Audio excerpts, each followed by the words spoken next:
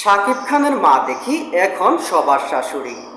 এতদিন অপু বিশ্বাস শবনম বুবলির ছিল, মাঝখানে কিছুদিন ছিল পূজা চেরির।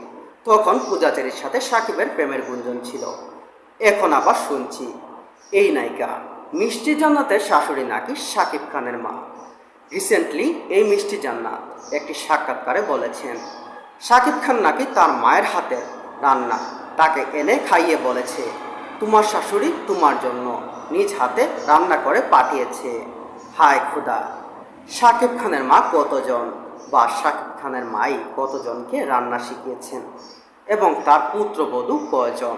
প্রথমে অপু বিশ্বাস, তারপর চিত্রনায়িকা শবনম বুবলি, তারপর চিত্রনায়িকা পূজা চেরি, তারপর আবার গুঞ্জন উঠেছিল এই মিষ্টি জান্নাত, তারপর আবার এবার শোনা যাচ্ছে সাবিলা নূরকে নিয়ে।